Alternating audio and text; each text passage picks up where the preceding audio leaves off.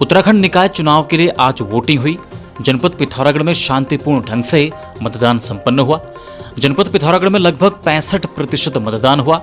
नगर निगम पिथौरागढ़ में 63.20%, नगर पालिका धारचूला में 66.88%, डीडीहाट में 72.36%, गंगुलीहाट में 71.21%, बेरीनाग में 66.96% और मुंशियारी में 64.25% मतदान हुआ। जनपद पिथौरागढ़ में मतदान को लेकर वोटरों में जबरदस्त उत्साह देखने को मिला। 18 साल के युवा से लेकर 100 वर्ष पार कर चुके वोटरों ने अपने मत डाले और लोकतंत्र के पर्वों में अपनी भूमिका निभाई।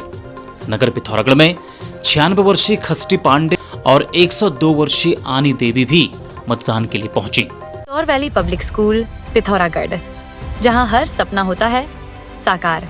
स्मार्ट क्लासेस के माध्यम से शिक्षा अत्याधुनिक और रोचक, अनुभवी टीचिंग स्टाफ, विशाल लाइब्रेरी, आधुनिक science lab, coding, robotics, AI, drone technology, music, games and many more.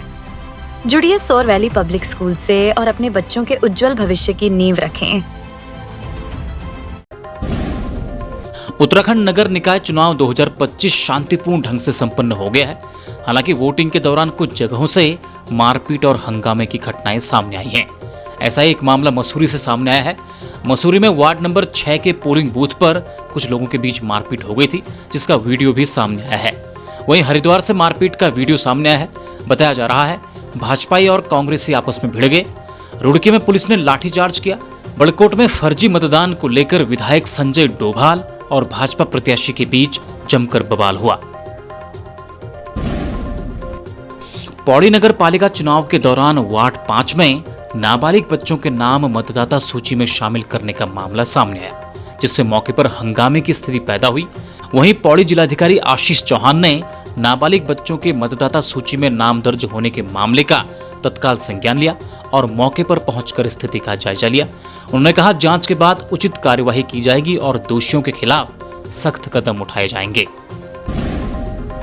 Uttarakhand नगर निकाय चुनाव 2025 में सूबे के पूर्व मुख्यमंत्री हरीश रावत का वोटर लिस्ट से नाम गायब होना चर्चा का विषय बना हुआ है। इस कारण हरीश रावत निकाय चुनाव में अपना वोट भी नहीं डाल पाए। वोटर लिस्ट में नाम नहीं होने का जिम्मेदार उन्होंने बीजेपी को बताया। हरीश रावत के आरोप पर बीजेपी प्रदेश अध्यक्ष महेंद्र भट्ट का बयान सामने आया है। उन्होंने कहा कि हरीश रावत मतदान के प्रति कितने जागरूक हैं, इसका पता इससे लगता है कि वो वोटिंग के दिन ही अपने मत को ढूंढने निकले हैं। शायद हरीश रावत को पता ही नहीं है कि वो कहां के वोटर हैं। ऋषिकेश में मतदान के दौरान ऋषिकेश विधायक व कैबिनेट मंत्री प्रेमचंद अग्रवाल भी जनता से वोटों की अपील करते नजर आए। लेकिन इस बीच कुछ ऐसा हुआ कि उन्हें मुंह फेरकर वापस लौटना पड़ा। उनके सामने खड़े लोग निर्दलीय मेयर प्रत्याशी दिनेश चंद्र मास्टर के पक्ष में उनका चुनाव चिन्ह कुल्हाड़ी कुल्हाड़ी के नारे लगाने लगे। हालांकि इसके बाद मंत्री प्रेमचंद वापस लौट गए। बागेश्वर में निकाय चुनाव में मतदान के दौरान लोकतंत्र में आस्था के कई रंग दिखे। शतायु बुजुर्ग मतदाता डोली या अन्य सहारों से मतदान केंद्र पहुंचे। उत्तराखंड में समान नागरिक संहिता यूसीसी लागू होने से पहले लोगों में कई तरह के कन्फ्यूजन है। लोगों में भ्रम है कि आखिरकार जब यह कानून लागू होगा तो कहीं कोई मुसीबत में न पड़ जाए। शादी ब्याह को लेकर भी कई लोग कन्फ्यूजन में हैं। इसी कन्फ्यूजन को दूर करने के लिए अब उत्तराखंड पुलिस आम जनता और वरिष्ठ नागरिकों के साथ मिलकर यह प्रयास कर रही है कि समान नागरिक संहिता की वजह से किसी भी व्यक्ति को कोई संशय की स्थिति न रहे। इसके लिए उत्तराखंड पुलिस अब आम जनता तक जानकारी पहुंचाने की कोशिश कर रही है।